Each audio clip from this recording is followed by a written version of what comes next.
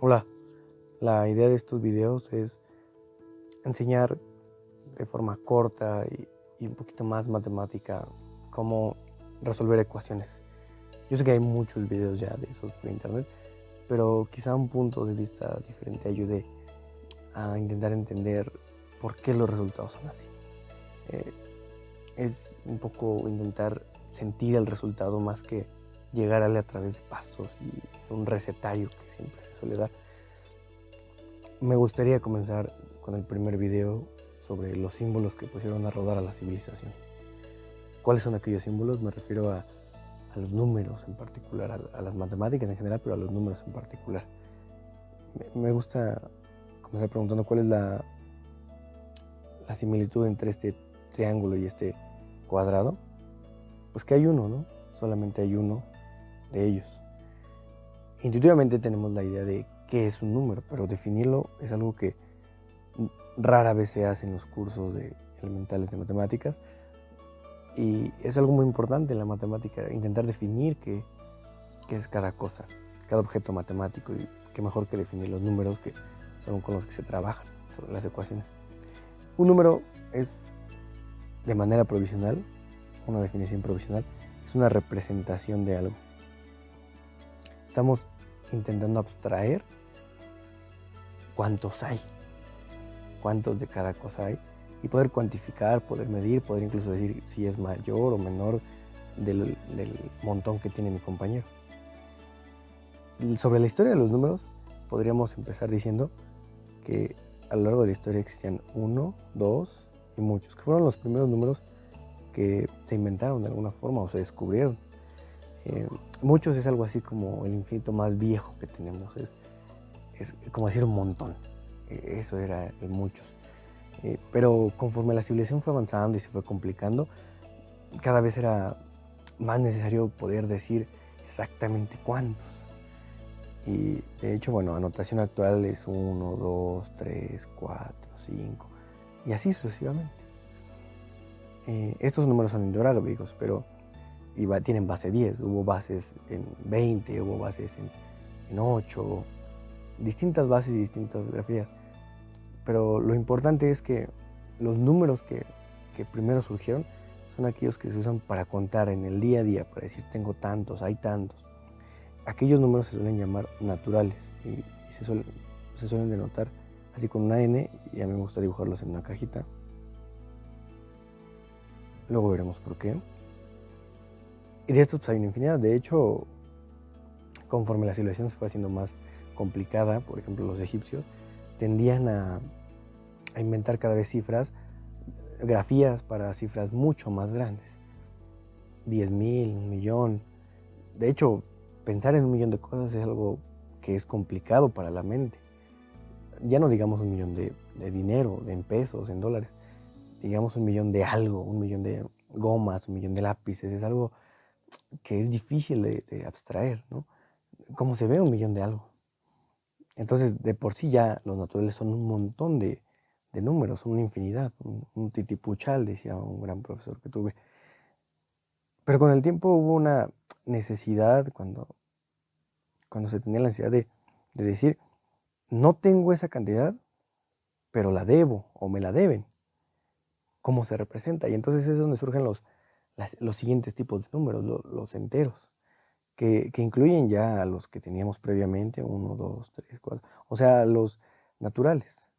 Incluyen al cero, que es una de las grandes innovaciones en la matemática, e incluyen justo a los que decíamos, ¿no? Al -3, al -2, al -1, y así hasta el infinito, hasta el menos infinito más bien.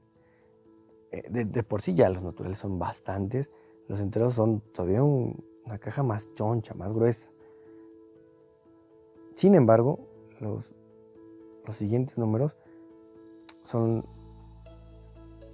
el resultado de un estudio ya un poquito más sofisticado, que se les debe generalmente a los griegos, ¿no? Que son las fracciones, la caja de los racionales, una caja que contiene a los naturales, contiene a los enteros Y aparte contiene las fracciones.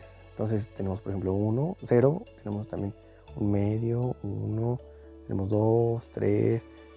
Por ahí podemos tener también a menos un medio, menos 3 quintos. Y una cantidad muy grande de números, tanto positivos como negativos, y el 0.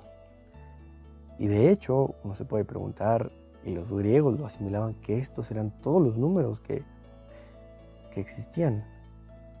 Pero con el tiempo se encontraron con la sorpresa de que no.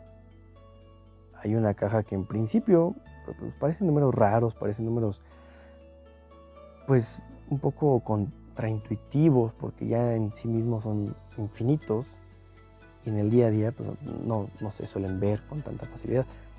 Aquel número, el primero de todos que llevó a la crisis griega, la raíz de 2. La raíz de 2 tiene una historia muy interesante, una historia incluso de persecuciones y un culto sobre el que había una forma de adoración hacia las matemáticas que hacía Pitágoras y todo esto. Raíz de 2 es el primer número irracional que aparece en la historia junto con pi. También por ahí aparece E. Después se habla también de phi, el número áureo, la proporción áurea. Entre otros, ¿no? Una cantidad de números que se han descubierto que son irracionales. Ahora, lo importante aquí es decir que la raíz, la operación raíz, la mayoría de las veces que el número que le metas, por lo general va a dar uno de estos números raros de esta caja, de los irracionales. ¿Y cuál es la característica de los irracionales contra los racionales? Los irracionales tienen dos propiedades principalmente. Uno, que tienen decimales infinitos. Decimales infinitos. Vamos a poner 3. Digo, que tengan decimales infinitos ya lo incluyen en sus entrañas, pero tener decimales infinitos y también que no se pueden escribir como fracción. No hay una fracción que los represente. Pero además que sus decimales son infinitos y que no son una fracción, además de ello, los decimales no son periódicos, o sea, no siguen un patrón, no periódicos.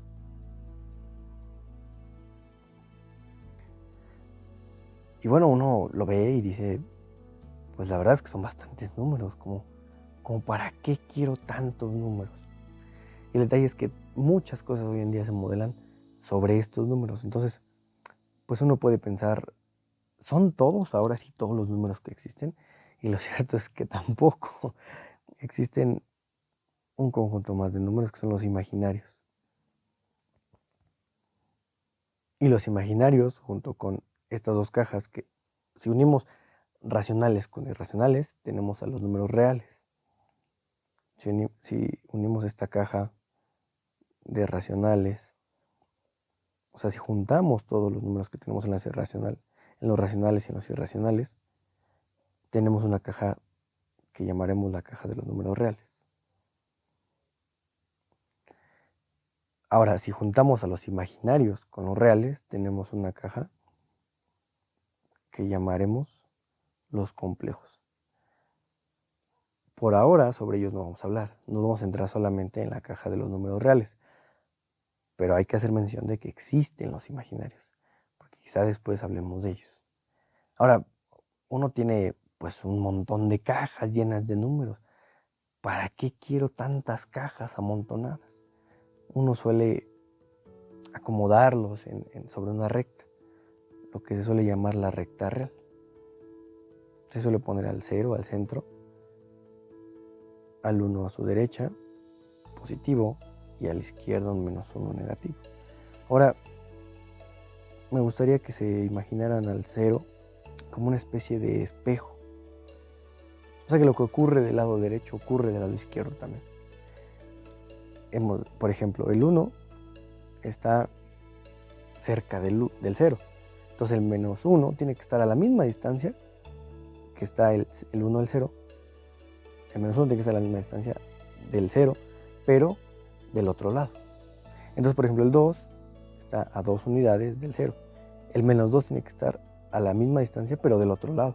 Es como un reflejo. Los negativos son como un reflejo. Entonces, por ejemplo, si tuviésemos que graficar raíz de 2 está entre 1 y 2. Está aquí, más o menos. Entonces, menos raíz de 2 tiene que estar entre menos 1 y menos 2. Lo que pase de un lado, pasa del otro lado. El 3 anda por aquí, el menos 3 anda del otro lado. A la misma distancia, si el 3 está cerca del 0, el menos 3 no puede estar lejos. Y si tenemos otro número que esté lejos del 0, su contraparte, su reflejo, tiene que estar lejos, no puede estar cerca. Tienen que estar a la misma distancia. Hay simetría en la recta real. Entonces, por ejemplo, si tuviésemos que graficar a pi está entre 3 y 4, pero más pegado al 3 que al 4. Entonces pi está aquí. Entonces, si tuviésemos que graficar a menos pi está entre menos 3 y menos 4, pero más pegado al menos 3 que al menos 4. Aquí tenemos a menos pi. Sobre esta recta se acomodan todos los números que teníamos en estas cajas, en los racionales y los irracionales. Y todos los números caben bien, caben perfectamente. O sea, quiere decir que no sobra ni falta ni un número. Y tampoco es que sobre ni falte ningún punto en la recta. O sea, que no vamos a encontrar hoyos en la recta. Hay tantos números como puntos en la recta. Eso es a lo que quiero llegar.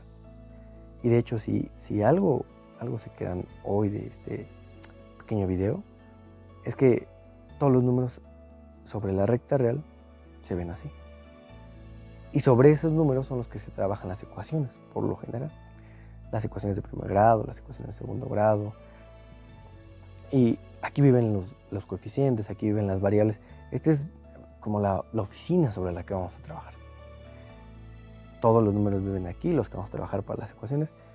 Y por ahora es todo. Espero les guste.